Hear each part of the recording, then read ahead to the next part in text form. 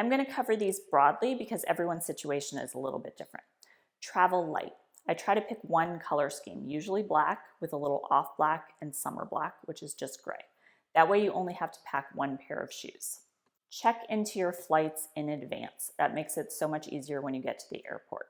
Take an Uber or cab to the airport so you can literally be dropped off as close to where you need to be as possible. I become less and less frugal when traveling because making my life easier has always proved to be worth every penny. If you have occasional foot drop, bring an AFO in your carry-on so you can throw it on if you need it. Check out the section on AFOs to learn more about the ones that go outside of your shoe because usually they're a little bit softer and they're easier to pack. But you also have to make sure you have the right kind of shoes to go with them because they have to attach to your shoe. Sign up for pre-check even if you hardly ever fly. It doesn't tend to be very expensive and it usually covers you for a couple of years. Most countries have some sort of pre-check and that's going to allow you to go through security without having to take off your jacket and take all of your electronic devices out of your bag. And especially for those of us who wear AFOs, getting your shoes off and on can sometimes be a little bit more challenging. So that kind of holds up the people behind you and it becomes a very stressful thing. If you're flying into the US and are a US or Canadian citizen, there's an app called Mobile Pass.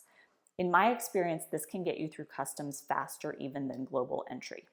Here's how it works. You download the app to your phone.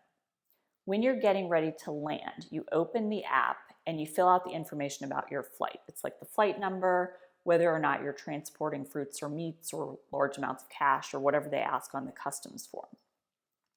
Then it has you take a selfie and it creates a QR code that you scan at a Mobile Pass kiosk. And you can literally rush through customs. I have never had to wait in line. I honestly think people don't know it exists. If you get leg spasticity, stand up and walk regularly on the plane or the train. Just find a place to stand or do some mini squats. Also, I know that airline toilets can be really gross, but don't hold it. When you are clenching your bladder or pelvic floor muscles and you have spasticity, it's going to kick up the spasticity everywhere in your body. Trust me on this, I am definitely speaking from experience. Invest in those spinner wheel suitcases because the wheels go in all different directions. They're easier to push ahead of you or you can walk with it by your side. They can also be really helpful with balance, especially since busy places like airports can kind of start to mess with your visual system and make your balance feel a little wonky. I literally battled for years with one of those just regular old wheeled suitcases, and you pull it behind you and then you have a bag that you're carrying on your shoulders and it makes you very unstable. I think that suitcase probably had as much to do with me missing flights as my leg had to do with me missing flights. Now they even have suitcases that you can ride like scooters. They're really expensive, but they're really cool and they're probably going to be my next big travel investment. They do make a carry-on size version, but know that it's starting off at like 20 pounds, so you're going to have to still lift that into the overhead compartment. If you're going on a cruise and you use a scooter or a wheelchair, or you think you might want to use a scooter or wheelchair on that trip, you can rent them and have them delivered. And they're going to probably deliver it right to your room. The same thing goes for hotels. You can even decide to rent a wheelchair or scooter if you have your own, especially if you're traveling into a country that has different power than we have here. Folding canes can be easily put into bags, so if you become unsteady, it's ready to go. If you have trouble getting out of bed, and it's not just because you want to sleep in late, they make bed assist straps.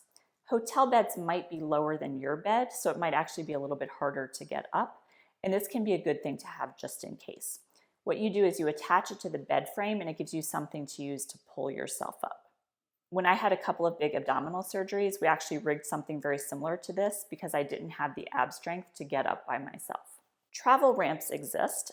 They're lightweight wheelchair ramps that you can carry with you. So in places that are less wheelchair accessible, which is a lot of places in many countries, they can help you maneuver. Get a travel pouch for important documents like your passport and wear it underneath your clothes. If a pickpocketer notices that you're moving slowly or you're disabled, you're actually an easier target. And for the record, I've been pickpocketed before I had any MS symptoms that were making me look like I was an easy target. and I was left without a credit card for several days in Buenos Aires, which was not fun. Call ahead. Let the airline, hotel, train, whatever, know that you have special needs and what they are, and ask them what they can do for you. Always put medications in your carry-on in case your bags get lost. I usually bring a couple of days more than I need in case I experience any delays. Also know that if you're traveling to certain countries, your medication might not be legal, and that can be a little bit tricky. For travel to countries like the United Arab Emirates, the drug clonazepam that I take every single day is illegal. So I needed to bring a note from my doctor along with my prescription and only enough pills for basically the time I was there. Now, no one asked, but my host for that trip had told me a story about an American who actually served jail time for bringing the same medication into the country. So I thought it was best to plan ahead. Also, I should note that Dubai was actually lovely and it was one of my favorite trips and I didn't run into any issues anywhere. Now, notably, if you're traveling into the United States, you should have a note about your medications and you are supposed to present it at customs. Now, I'm a big believer in the beg forgiveness rather than ask permission, but if your bag gets searched, that letter and the prescription is sort of your backup for the, oh, I forgot to tell you that I have this medicine. It's also a good idea to carry your doctor's contact information with you just in case anything happens. Have a medical ID bracelet if you've experienced seizures or fainting, and definitely activate the medical ID functionality on your phone if it has one. On the note of Dubai, make sure you do what I did and pick a time to go when it is not 120 degrees outside there. I went in January and it got up to about 75 degrees if it was bright, and that was still hot enough to make me feel a little bit messy. So if you're going somewhere where it does get really hot, try to go in the season where it's not really hot. Also, the flights are usually cheaper then because it's not tourist season. Know your rights. In the US, the Air Carrier Access Act has the following provision for wheelchair and mobility device users.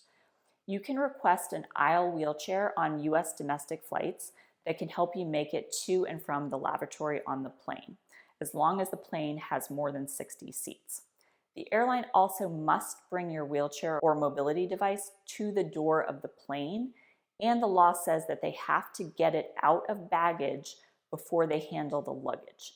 A lot of the airlines will say they have to return it to you at baggage, and then they use the one that's just at the airport, which are those like really crappy ones, but that is actually not true. Now, a lot of airline workers are not aware of this law that they're required to uphold, so you may have to stand your ground. Also, pre-boarding must be offered to people with a disability, and that counts for anyone who self-identifies as disabled at the gate. Consider using a travel agency that specializes in working with clients with unique needs. There are several of them. The US Department of State has a program called STEP, which is a free service that lets you share trip information for the local US embassy or consulate of your destination. This way the US knows you're there, so if there's like a coup, they can come get you, or if you just have a regular type of emergency.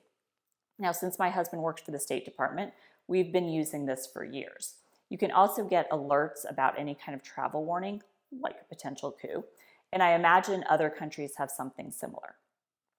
Don't overplan.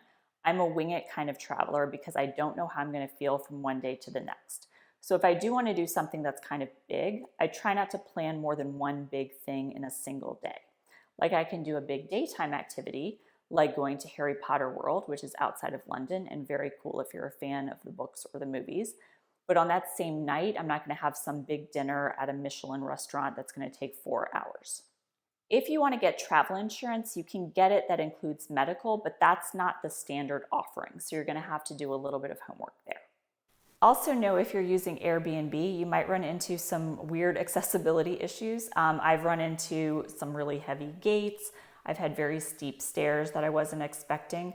So if you have a lot of mobility problems, probably emailing them in advance to figure out the situation is a good way to go.